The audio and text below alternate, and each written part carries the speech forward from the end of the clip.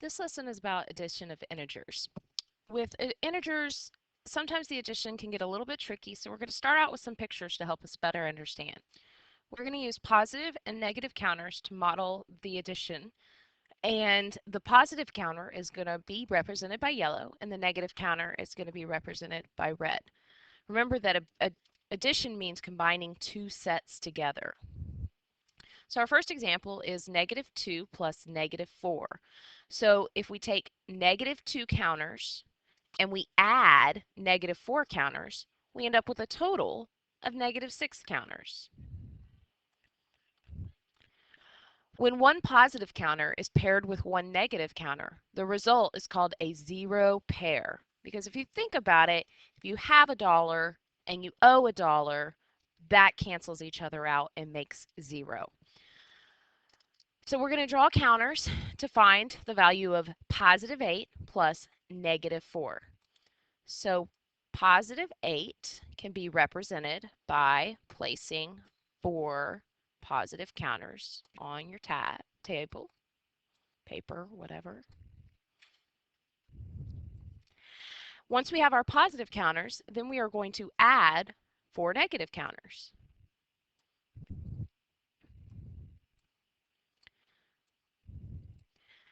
Now, do you see the 0 pairs? Make sure my pen's on. The 0 pairs should always be crossed out because they are 0, so they no longer exist. So what do we have left? +4 counters.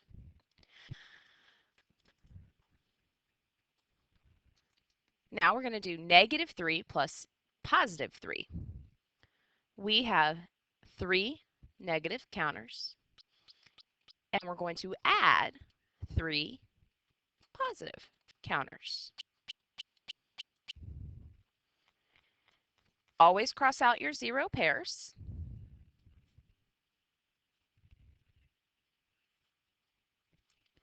And what do you have left? Nothing. So your answer is 0. We can also use a number line to help us add integers. We always start on the number line at 0, and we use an arrow to represent which direction we're going first. So first, we're going to be representing +8. So I'm going to start at 0. Hopefully this turns out nice. 0, and I'm going to go to +8.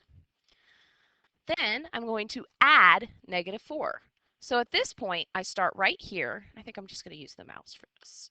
I'm going to start right here, and then I'm going to go -4. Whenever it's a negative, you want to go left. So 1, 2, 3, 4. I like to use 2 colors because it makes it pop a little bit better, but you're more than welcome to just use 1. The answer to this problem is where you ended up on the number line. So that's going to be -4. Let's try another one. Now, we already did the answer to this a minute ago, and we got 0. So we're going to do -3 plus +3. See if it works out the same on a number line. So I always start at 0, and I'm going to go to -3 first. So basically, these numbers just tell you the direction to go in. If it's negative, you're going left. If it's positive, you're going right. Then it says, from that point, add 3. So from this point, I'm going to add 3. Since it's positive, I'm going to the right. Where did I end up? At 0. So our answer matched up. There are also rules that you can use to remember to help you know how to add integers, excuse me. A positive number and a positive number, you always add them together and you're going to get a positive answer. For example, 3 plus 3. Those are 2 positive numbers, so you just add them together and it's still positive. A positive plus a negative, you actually subtract the numbers. So 4 minus 3 is 1. and keep the sign of whichever one is larger. And not larger on the number line, but larger in terms of the 3 or the 4. So since 4 is bigger, that means we had more negatives to start with, so our answer is negative. A negative plus a positive, that's the same thing as saying negative 4 plus positive 3. So we have 4 negatives, 3 positives, which means we subtract, so we get 1 again, and we have more negatives to start with than we had positives, so it's going to be a negative. And then if you did negative 3 plus negative 4, those have the same sign, so you add the numbers together and keep the sign. Now, I actually usually don't like to think about it like that. I usually think about it as paychecks and owing money. So if you think about all the positives as you got a paycheck and all the negatives as you owe somebody money, then this means that we got a paycheck for $3 and then we got another paycheck for $3, which means we have $6.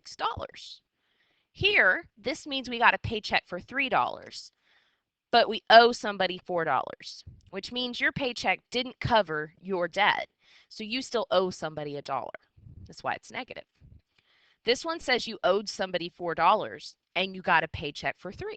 Your paycheck did not cover your debt, therefore you still owe somebody $1. You owe somebody $3, you owe somebody $4. You never got a paycheck, so you still owe $7 total. So let's apply those rules to some more. I'm going to use the paycheck versus the debt. This means I have a paycheck for $10, but I owe somebody $5.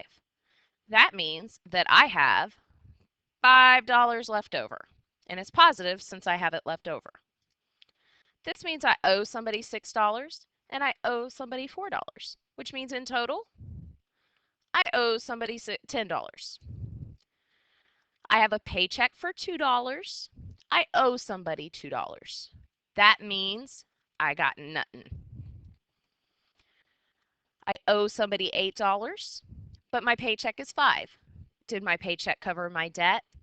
No, it did not. I still owe somebody $3. So your assignment is, again, posted on the teacher web. Please complete it and have it due tomorrow. Thank you.